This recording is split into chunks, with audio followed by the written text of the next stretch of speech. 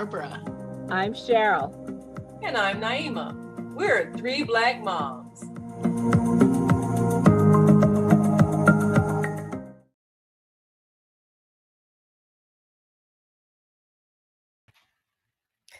We are just a little past the middle of Black History Month. So today we're going to talk about movies. And there are so many uh, movies about the Black experience, both here and abroad, that we wanted to just kind of highlight some of our favorites. Right now, one of my favorites is technically it's not a Black movie. It's Wicked. Note the glasses, like Cynthia Erivo wore in this classic telling of what happened before Oz. But because a Black woman was cast as Elphaba in this movie production, it really spoke to a lot of us, especially after the election, about the experiences of Black women and being asked to save the world. Now, it's funny because for a long time, a lot of our movies were about our pain, just our pain.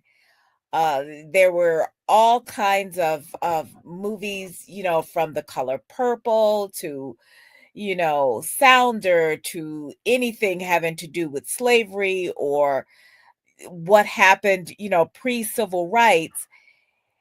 And so a lot of people got the idea that that's pretty much what we were pain. And then we have people like Tyler Perry, who showed us how to laugh in his Medea movies. Now, some people don't like the Medea movies. They feel like it's a little bit, I don't know, caricaturish. And there she is. But a lot of us can laugh because we're not so worried about the white gaze and how we're perceived. And we can laugh at ourselves and how ridiculous some of our family situations are, whether it be, a house party or a funeral or a wedding, how some of us show up and show out and act out, So we want to talk about some of those. And I want to start with someone, and then I want to bring my sisters in on one that I saw last night. And it's called Hard Truths. A brilliant actress is named Marianne Jean Baptiste. She's British, I believe. And it's a Mike Leigh film, and she speaks to a lot of the pain that women have that is unresolved, that we present our depression as anger sometimes.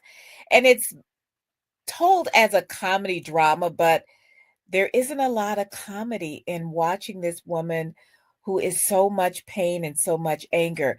Now, it's in the movies, it's in the theaters, but it's hard to find. How I found this, and this is not a plug for Fandango, but if you have the app Fandango, you can rent it for $5.99 on your own television. And that's what's happening. There are also movies out there like 6888, also a Tyler Perry movie, not funny, and amazingly great movie about Black women during World War II. So, sisters, we can talk all day, or I could talk all day about all the movies that are out there for us to see while we're minding our Black business this month. What are you all recommending?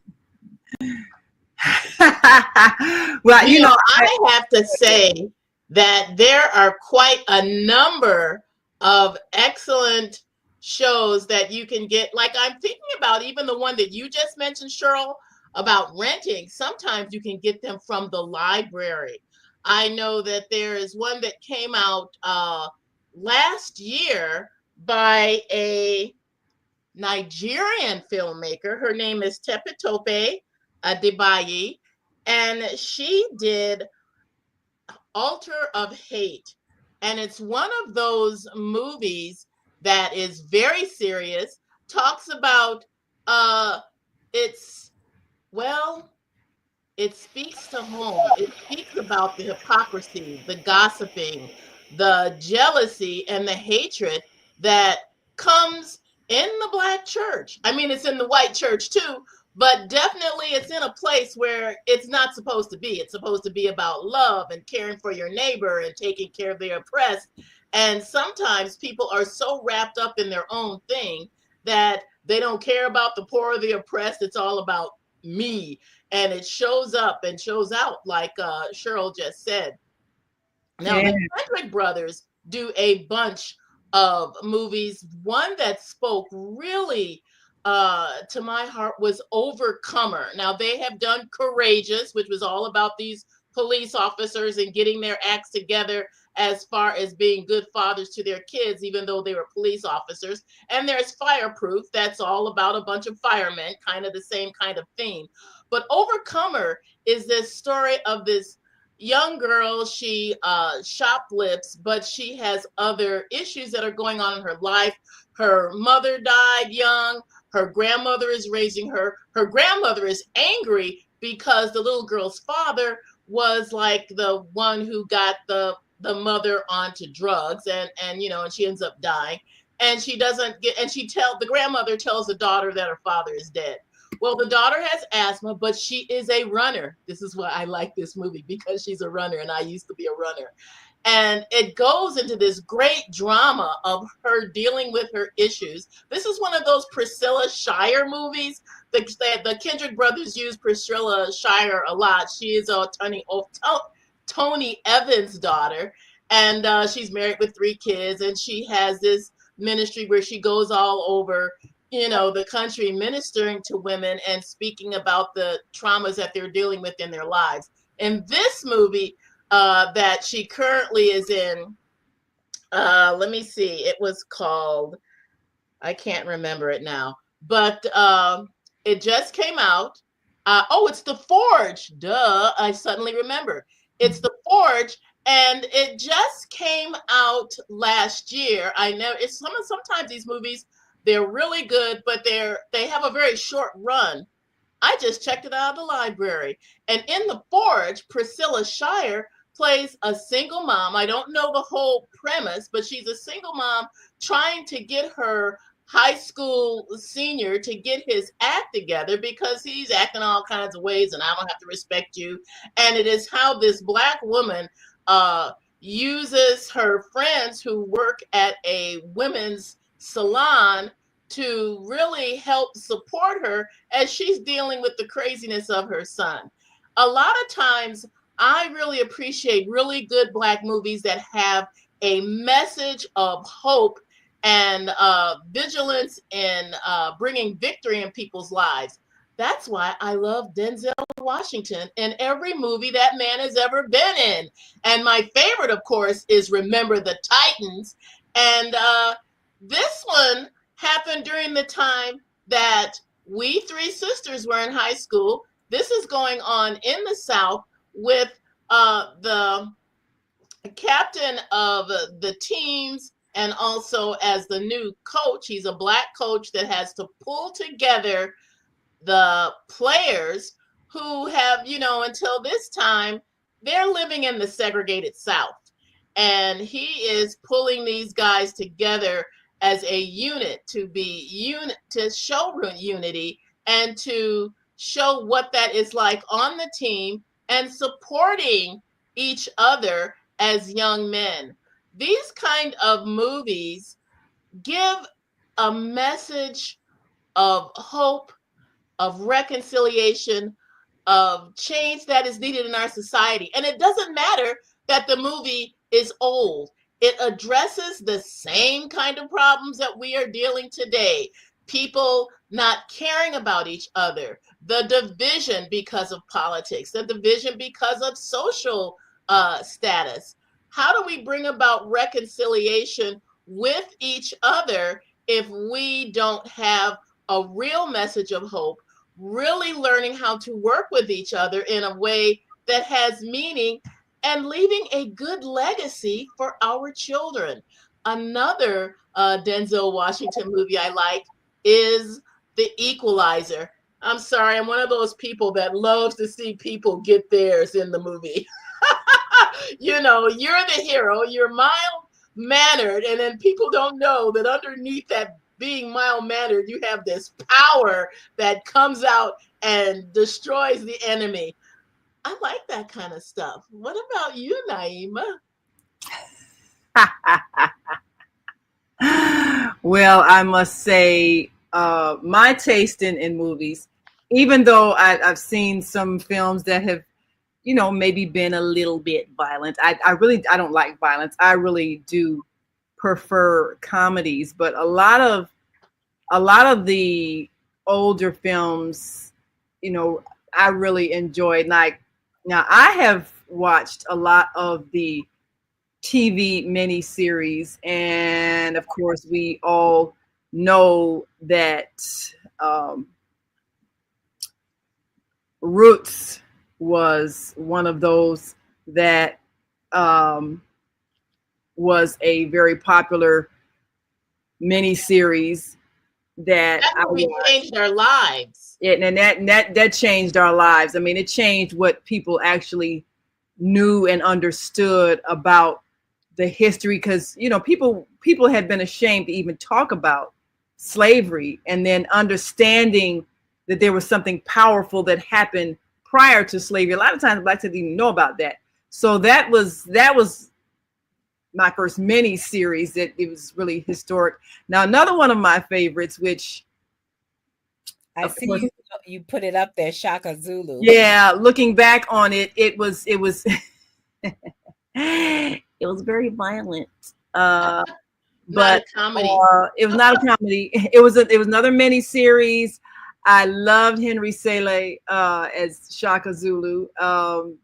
The woman who actually played, his wife or whatever, who had his child, and he killed the child. It's horrible. But she came to our house when Zakiya was very little, and she came to our house. She visited us. She happened to be in Chicago. She's from South Africa. She came to our house, played her guitar for us and everything. It was really nice. But she was just telling us a little bit of background about the story, and how he was just this regular soccer player that became, this famous movie star. And he was like, what? So he's a really humble person. But the film, it was very impactful, very dramatic. I watched it. It was another mini series. I think it was like 5-day mini series, told the whole history of South Africa. And you kind of understood why it's still sort of in a mess, because just the intensity of the rivalry and the infighting, the families and all that sort of thing. But I thought it was a very deep look at history, even though it was extremely violent. Not something I would probably watch today, but I was just fascinated with it at the time. So I like a lot of the old history movies. Now, the film that you mentioned that I haven't seen yet, that I intend to see, is 688. Everybody's talking about that, and I think that is a very powerful movie that does, of course, give a vision of women, just like the movie, what was that, Hidden Figures. Yes. Yes. Gave a different perspective of women, and based on a true story. Based on a true story. So Yes. These kinds of things, and another warrior movie. No, I like my warrior movies. I'm a Xena fan from way back, so I totally love The Woman King. I did love The Woman King. She was a real person, and that was another one based on a true story. Of course, I truly love Viola Davis. That was a very powerful portrayal. And I went to see it with Zakiya, and I'm so silly, I'm walking down the street, we were after the movie, and I'm doing that silly, I God, yeah. And Zakiya's like, oh, Ma, I can't take you nowhere, Not help ourselves.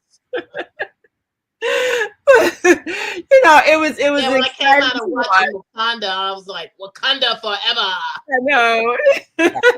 So I mean, these warrior movies, they kind of also they let you know that we were not docile people taking a lot of stuff. So because a lot of that, the image of us being these docile people, just kind of let yourself be abused and enslaved.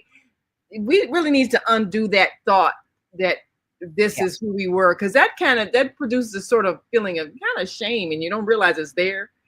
But so in a way, it was good seeing the warrior films, even though I did a little bit of research. Every time I watch a historic film, I always do research. When I watched Shaka Zulu, I researched about South Africa. I learned the Zulu language. I mean, I was just all in it. Same thing with the Warrior King. I read about that whole kingdom and what was happening in terms of the enslavement and how slavery was, a business. And there were those who were participating in it and how they were thinking of, well, can we use some other products?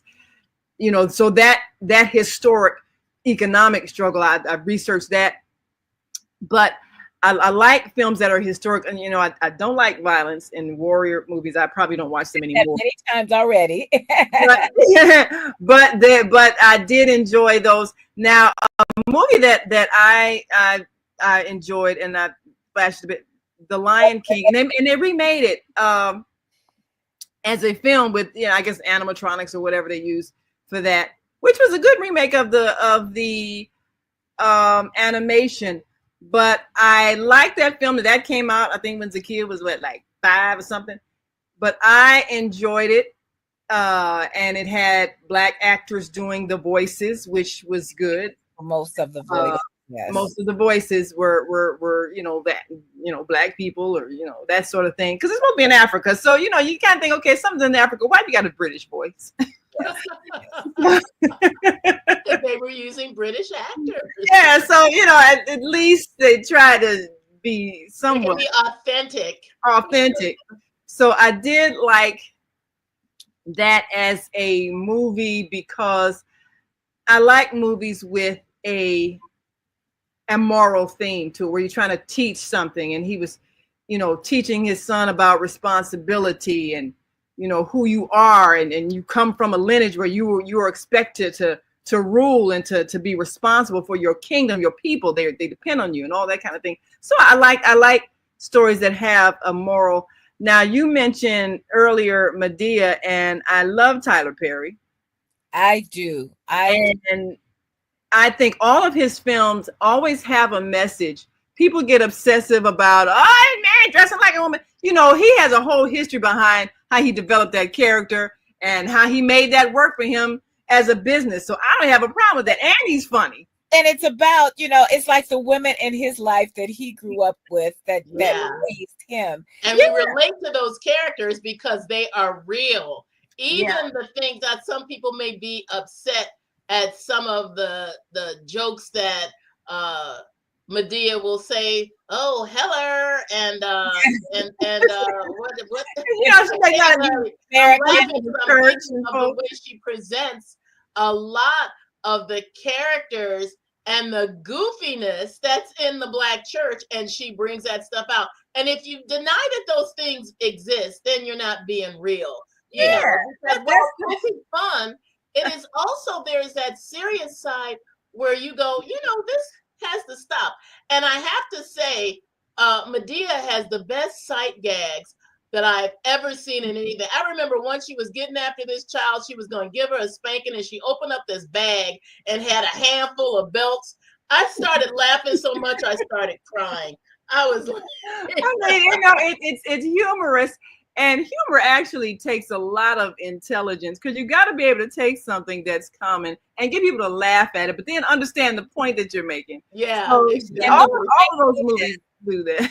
Is that amid all of the things, and like I said, there's plenty of movies about pain, and 12 Years a Slave was an amazing movie. Yes. Because it showed it is finally address the brutality. It's not like you said, they're not just singing and happy picking cotton, that there was a lot of brutality. But a lot of these movies that are humorous, they speak to our joy. They do, and you have to be able to laugh. All of the things that are happening right now, we have to remember that joy in itself is part of the revolution, is that you're not going to beat us down so much that all we can talk about is the pain and the suffering and the, oh, we did this and they did that to us. Yes, all those things happened, and yet you're still not going to take away our joy. Still we rise. And still we rise. And that's one of the best things about the movies that come with humor, is that we can laugh at it. We can laugh at us. We don't have to say, oh, white people gonna think we this. We don't care. We don't care. It's, it ain't about us performing for them. It is about us embracing all the silliness, and there's plenty of things that are online that, show up, that are just for us, that show us how much we can laugh through the tears, the joy inside our tears, because that is part of the resistance. Joy is also part of the resistance. And I love these movies that are inspirational. 6888 is incredibly inspirational. It's on Netflix, people. Well, once again, I am not saying yes, you need to get streaming services. I got way too many. But you gotta have time to read books. We already did the books. We're also reading the books. But when there are things out there like 6888, you know what? Support it. Support it. There was a time like when Black Panther came out, and those are flights of fancy, and I wish it was a documentary, but maybe one day. But we need to also remember that if we don't go to these movies, if we don't support these movies, download them, buy them, rent them, whatever you have to do, they will not be made, because there's parts of Hollywood that still says, oh, people aren't going to watch this. When people don't buy these movies, people won't watch it. So when they say these things, they're telling us, and we spend a lot of Black dollars that are not in our own communities, and that's a whole nother conversation. So we need to use these Black dollars that we have and support our own people, support our filmmakers, support our artists, support our writers, because that is part of being us. That is so important. And I remember there was a time when the first Black movies came out, and they called them Blaxploitation films, because they were, they were like low level dramas or detective goofy things. But Black movies have evolved. We've come up even since Raising the Sun. Raising in the Sun. I do have to talk about my man Sidney Poitier, who's done the best works. Always dignified. So many movies. Always dignified. Yes, he really had. Even in a comedy, he always had his dignity. And Uptown Saturday Night. Yes. Uptown Saturday Night, and what was some of the other ones that he did? Let's Do It Again. Buck and the Preacher. Now that's my favorite. I love that movie. I checked it out in the library. Yeah. And that was one of those historic, based on a historic period in time, right after Reconstruction, and the Blacks trying to leave the plantation and go out west, and the white landowners not wanting them to leave because they want them to force them to stay and work the land and all of that. And so, and how the Native Americans, kind of help them. So all of that it's exciting when you watch the drama of history and seeing it replayed in a story like that with excellent acting. So that's one of my favorites, Buck and the Preacher. And I'm going to mention something that I refuse to see, anything by Quentin Tarantino. Like, I never saw Django, because we need to tell our own stories. I saw Django, which, I just saw it because Jamie Foxx telling us, he's garbage. He's garbage. He just likes to use these things so he can use the N-word, really. So I'm not a big fan of like I said, we have our own way. Black Klansman was another one. That was Denzel's son, John Washington. That was I remember that, and I saw the movie before I knew that was his son. Yeah, because he didn't want to, push the fact that I'm Denzel's son, so he kind of made it on his own. This man is an actor, and he's own right. He's very talented. It was a very good movie, also based on what happened. There was also a true story. We are the ones. We're the ones. And the ones we've been waiting for. Yeah. I know y'all don't like me cursing, but we are those people. So we need to support our people. We need to go out and have fun and look up. And you know what? Go online and look for some of these titles and see how you can download them. A lot of them you can get on free TV, or like Barbara said, in the library, or like Naima said, go out and look for and research after this and say, well, what is the true story? Yeah, what really happened? It's kind of fun and it's uplifting. It's uplifting. Even the tough stories can be uplifting, because we know we have overcome. We will continue to overcome. And as we go through these dystopian days, we will remember that, we've survived and we've thrived, and we will survive and we will thrive. No matter what is going on out there, there's some of us, our DNA is made of much stronger stuff. Mm-hmm. Yeah. And it has to be, to have survived as much as we have overcome. Yeah. Oh, and I just thought of Fences. That was another. That was a good Denzel Washington movie. I liked that one. I saw that on a plane. I think I was on an international flight and I saw that movie. Yeah, I was on my way to South Korea. And some of these things, they don't have the best messages, and he's not always doing the best character, but he's doing a rich character, because we are not one-dimensional people. We are not all good or all bad. Yeah, I love that movie. That was good. Yeah. Him and Viola Davis, you get two of the best of actors and actresses. Yeah, that was a powerful movie, and I enjoyed that. Yeah. Hard. So I think, and you think about the film industry, and I'm so grateful that Tyler Perry has founded Tyler Perry Studios with all of those.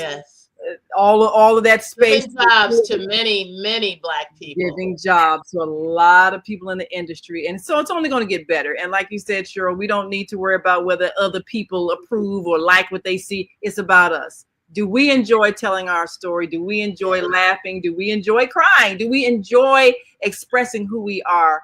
And can we make a thriving industry out of our films? Yes, we can. So let's go and go to the movies, see our people, and enjoy the cinema. That's what it's here for. Yes. So we want to thank you all for being with us, and remember to like and subscribe us on our Facebook page, 3 Black Moms, and YouTube channel, 3 Black Moms, and join us every Sunday. We're here at 5 p.m. Central, 6 p.m. Eastern, and wherever you are in the world, you can see us online. Just figure out the time zone so that you can see us live, and feel free to leave your comments and we will gladly respond. So until next week, I'm Naima. I'm Cheryl. I'm Barbara. We are 3 Black Moms. And we will see you next week. And hopefully we will see you at the movies. Enjoy the rest of your day.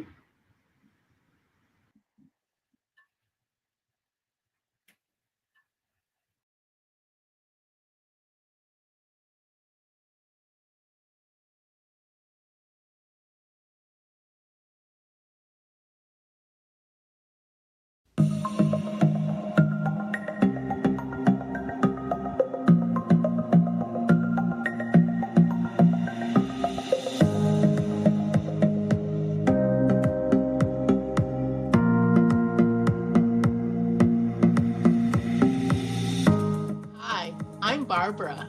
I'm Cheryl. And I'm Naima. We're 3 Black Moms.